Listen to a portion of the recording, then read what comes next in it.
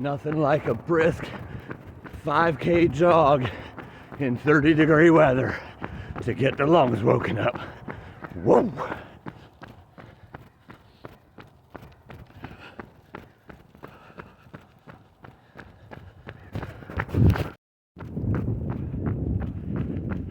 So this video, 50-ish days right now till the Appalachian Trail launch. What we're going to discuss on this video is what I'm doing for training right now. Obviously I'm jogging at the moment, but this video is going to be kind of a hodgepodge of all the different things I'm doing to stay warm and limber and loose and in shape and strong. It's quite a bit different than when I went to the PCT, because I was in rough shape health-wise, and it took me really beating myself down to get in good health. This is quite a bit different, as I'm really strong. I actually kind of shocked myself last week when I really started pushing the jogging part, because I'm not much of a jogger, and it kind of shocked me of how strong I was, really not getting winded. I'm winded right now because I'm talking. But yeah, definitely have a good plan in place of what I'm doing for the next few weeks. Then I'll take a week or two of rest right before I start to really let the body get loose and relaxed and rested. But obviously the PCT, I was building myself up to be strong.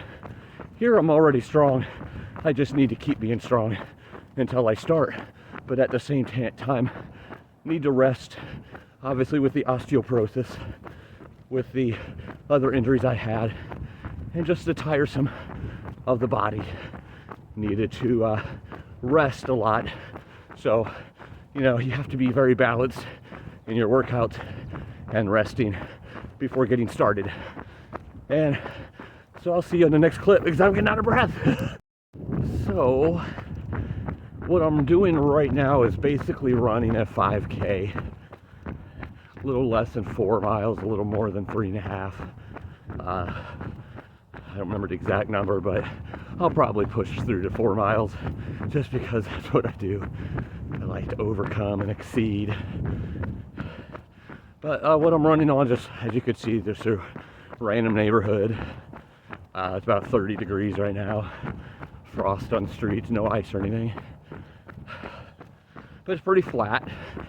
This isn't about climbing or anything like that. But this is one step I'm going to be doing each week. I'm going to try to push 3 5Ks each week in jogging. And I'm not a jogger. In school, I used to be a short distance runner, like 100 meters and such. Not really a pacer. So this is definitely different for me, but it's good for the cardio. And that's one thing I want to definitely keep going, is the cardio. Pushing through in the cold is even more of a benefit, as I'll have a lot of cold days on the Appalachian. But I'll definitely still be climbing mountains and hiking, and I'll be talking about that part of the training more in this video. But for now, that's step 1 of what I'm doing. 3 times a week I'll run a 5K, jog a 5K I should say, and keep that cardio going and those leg muscles that might not begin work with hiking. And that's the other thing about me. If you've been watching this channel for a while, or if you know me, I'm a very spontaneous guy. what I might do one time training, I might not do the next. So that's why the jogging has been thrown in there. It's not something I normally do. So I wanted to confuse my body and make it work and push in a way that it normally doesn't. So far I'm loving it. It makes me feel alive. It makes me feel warm in this cold weather. Alright, so my jog is over for the day. 3.7 miles, a little slower than I like. Has about 5.0 for a pace, and I've been going about 5.6, and even 5.6 isn't real good, but then again, I'm not a jogger, so I just want that steady pace of getting the heart going, the blood flowing. But after that, obviously in any workout you want to stretch afterwards, and I have certain stretches I go to. Obviously with the osteoporosis, there's certain things I can't do. I'm sorry about all the noise in the background. Obviously, I'm not in the forest right now, and there's traffic out that way, and there's airplanes up there. But basically, I go through my stretches afterwards. Certain ones I can't do, twisting and turning, even though they feel great. Obviously, gives a lot more chance of bone breakage and such, so I want to stay away from those. But one thing I always do after working the legs is some toe rises. I do about 10 to 15 of those. Nice and slow, stretch out those calf muscles. And I do about 3 sets of all of these. Obviously we're not doing a workout here, we're doing stretches, so you want to go nice and slow and hold it sometimes. So do about 10, 12. Obviously I wasn't counting because I put it on video. But then usually after that, I do this a lot in between each one. But then just do some squats. Get those upper thighs stretched out. Again, not really trying to work the muscles to be bigger. They're just stretching those muscles out after a nice run, after a nice hike. Pretty much my go-to. And I won't do all the sets, obviously, here on camera because that would be boring. But the other big one I like to do, and because I'm old, I have to put my hand on a wall or something to keep my balance, but I like to stretch my leg out and pull that foot back. That way it gets the top of the leg and it gets this part down here as well. Just hold that for a little bit. Same thing over here. Feels so good stretching. Then what I do is hold your legs completely straight, go down as far as you can, feel that burn and stretch, and then little by little go a little bit more, breathing in and out as I go. Another big one. Then one other one I like to do is stretching this. This gets to the inside of those thighs. Alright, so those are some of them.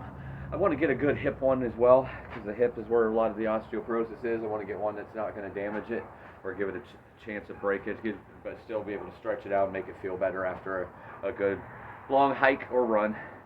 But I'll shut the camera off and I'll finish these up, and then we'll talk here in a bit. So the next thing we're going to talk about during the training is food. I love food. As you well know, when I'm on trail, I eat thousands of calories. Still can't keep up with how much I'm burning, but I'm limited in what I can eat. So that's a big, huge part of this training, because I don't want to lose weight. I want to eat all the right foods. I want to eat high caloric foods, but I also want to eat a lot of carbs and proteins and such as well. So I still continue eating several meals a day, very little meals, and then 1 or 2 big ones. And this, by the way, is Charlie. Say hi, Charlie. Charlie's my little assistant today. I'm going to show you one of the things I'm making. It's a little something special for me and my lady tonight. And I don't mean Charlie. My lady Lane, making a little something special tonight. Some homemade ham and potato soup. It's freezing cold outside, about 20 degrees. Wind chill is probably 0. It's pretty windy out today. It's supposed to be an ice storm coming through tonight. So it's a perfect day for some good soup that's going to have a lot of vegetables in it, and just really good flavor with high carbs and proteins as well. But I'm going to show you a little bit how I make this, and we'll continue on with the other training. But basically, in a nutshell, trying to stay at my weight or gain weight before I start the Appalachian Trail here in a couple weeks, a few weeks I should say, away, because obviously I'm going to lose weight while I'm out there. I don't need to be losing weight now, so I just put as much in me as I can, but as much healthy as I can, because obviously I can't make homemade cooked meals out there. I am very much passionate about cooking. I love to cook, so I like to make some really good stuff. So the first thing I did here, this is called sofrito, which is basically an Italian trinity. Kind of like Cajun trinity, if you're familiar with that, which is green pepper, celery, and onion. This is carrot, celery, and onion. Sweet onion is what I use. You can use whatever you want. You can make this any way you want. I'm just telling you how I make it, I guess. But basically, you know, all kind of cubed, very similar size. You know, about that much. I don't really know how much that is. It was like 2 carrots, 2 celeries, and 1 onion. Probably, I don't know, half a cup each. But then, over here, melting down about a 1/3 stick of butter. And then I'm going to saute this trinity, sofrito. And then I'll show you what that's done next. And that is the sofrito starting to saute. Oh, here, let me hold it a little closer. Maybe you'll be able to smell it. Oh, that is so good. I also have about two, maybe 3 cloves of garlic in there as well. Sauteing it down. I saute it down until it's a little bit brown on the onion, not burnt, but just a little bit brown. I saute it a little deeper than what most do. And then I am going to put the ham in, and we're going to make a little roux out of it. So I'll show you that here in a minute once this gets to the point where I like it. Put another about 1/4 stick of butter in here. Still sauteing. Now we are going to add the ham cubes.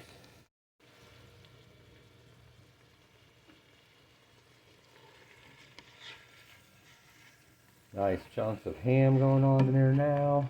I actually bought them already diced. I was lazy on this one. Probably would have been better to cut them up.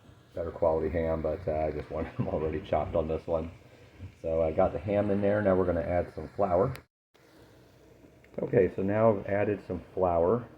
I'm going to mix this in real good. It's going to create a sort of roux, which, you know, gives it some really good flavor, thickens it up. It's already pretty thick with the ham in there, but this is actually my second amount of flour that I put in, so about 3 spoons altogether. But I'm going to continue mixing that, but real quick, just so you know what I use. I use an oat flour blend this time. That is a whole grain organic type flour that is gluten-free. I don't know why I was saying non. But I'm going to continue mixing this up, and then we're going to add some chicken stock and water, and then let that simmer for a while I cut up the potatoes. So I'll see you in a minute for that. Alright, we're going to add some chicken stock in now. Going to be 1 quart total. Just put a little bit in it in the beginning. It's hard to hold the camera and stir at the same time. The steam's definitely getting it. Put a little bit more in. Mix a little bit more. Want to have that as cool as you can in the beginning. And then we're just going to go ahead and put the rest in now. You just use regular chicken stock. You can use sodium free if you want. However you want to do it. It's your ham and potato soup. But I'm going to also add about 2 cups of water to this as well. There's my 1 quart of chicken stock. I'm going to add about 2 cups of water. Mix that in all real good, then let that simmer for about 10 or 15 minutes. So here we are starting to simmer. Got about 10 more minutes or so of simmering. My assistant's Charlie, and here's Miss Jane. Miss Jane also here. Charlie's like, give me something to do, mister. Give me something to do. Let me taste test. But got the potatoes cut up. I like to cut the potatoes in weird shapes. I don't cube potatoes, and that's whether I'm frying them, scalloped, or in soup. I like to have the weird shapes. Everything looks different than the other one. Uniqueness. I'm all about being unique. But this is going to simmer for a bit longer, and we're going to put those potatoes in there and cook that for a good long time. So I'll check in here in a little bit and show you what we've got cooking. Been simmering here for about 15-20 minutes after the initial simmer, adding the potatoes in. As you can see, Lots of potatoes and ham and carrots. Getting it cooked down, getting those flavors in there all mixed together. Got a few more minutes to go here. And then we're going to add some seasonings and make this yummy. There's some butter on top. Some people would want to scoop that away. I do not want to scoop that away. I like the butter mixed in. But it is looking good and smelling even better. As you can see, it's getting nice and thick. Potatoes are getting softer. It's getting pretty close to the end. So a couple things of seasoning that I am going to add in here. First off, is some chili powder. Now you can use cayenne if you like it a little hotter. I do not like it very hot myself. About 3 or 4 shakes there. Next is some salt. You only want to add this if you've sampled it. This is Himalayan salt that I use, that I'm using this time, I should say. Obviously quite a bit healthier. Has some minerals in there that the body needs, potassium, magnesium. Mix that all in. A nice healthy dose of black pepper. That's a lot of black pepper. Hopefully that's not too much black pepper. I like black pepper though, so. And then one special seasoning here that I want to add. This is a little bit of turmeric. You say, well, that doesn't sound like that goes together. I actually try to put this in a lot of different things that I cook with. The reason being, and this is definitely part of the training here that I'm talking about, because it's very well known and been tested to have healing properties for inflammation and such. So it's very good when you're training and you're obviously your muscles are being worked, the joints are being sore, the osteoporosis, all kinds of other issues. One last thing I'm going to put in is a little bit of milk. You can use cream as well. Put that in there. Oops. Okay, got the milk mixed in. Sorry about that little delay there. It started to drop the camera. But as you can see, this is looking quite delicious. There's one other thing I'm going to add in, because no thru hiker is ever without it.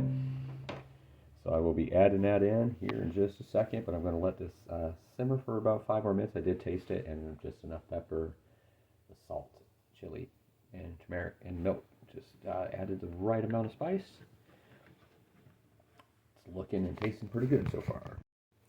So we've almost finished this up. I'm going to add one more ingredient. Like I said, no thru hiker is without it. I still have my bear can ready for the Appalachian and a couple of food products from when I finished up on my PCT for this year. Again, I still have to do some more of the PCT next year or the year after. I haven't decided if I'm going to do it after the Appalachian Trail or after I do the CDT and just end the whole Triple Crown with the PCT bits. That's information from another video, or for another video. But right here, Idahoan instant potatoes. Thru hiker's favorite meal, maybe that and ramen. But I'm going to add just a little bit in there, not the whole bag. The reason being is it's just going to thicken it up to become more chowdery than soup. I like a thick soup. I don't like a runny soup. So I'm going to add that in a little bit, and it'll be ready to go. And me and my lady Lane, my love of my life, will be eating that for dinner. And basically just wanted to show you a quick snippet of the kind of food I eat. Obviously I eat a lot of beef jerky, I don't really eat a lot of sweets, but I am right now because I'm still obviously trying to get the body back to the weight and everything before I get down the Appalachian Trail. Just pounding calories, pounding all that, but I'm also doing a lot of obviously training that's burning a lot of calories at the same time. So I need to keep replenishing that and eating more so I can gain and get back. Obviously refueling the body, refueling the energy. This is just full of carbohydrates and protein and very tasty on a nice icy cold day. And we are going to enjoy it. And that is it for this video.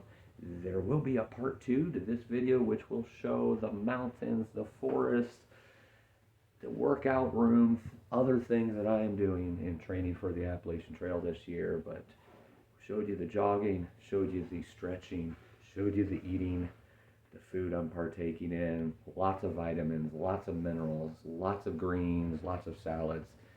I lack on the fruit. I probably should eat more fruit, but definitely a lot of proteins and carbs as well as I'm training to keep the body energized and not losing weight, because I'll have plenty of chance to do that on the Appalachian. But hope you enjoyed this. It's a little different, I know, but part 2 will be coming here soon, so stay tuned. Live life.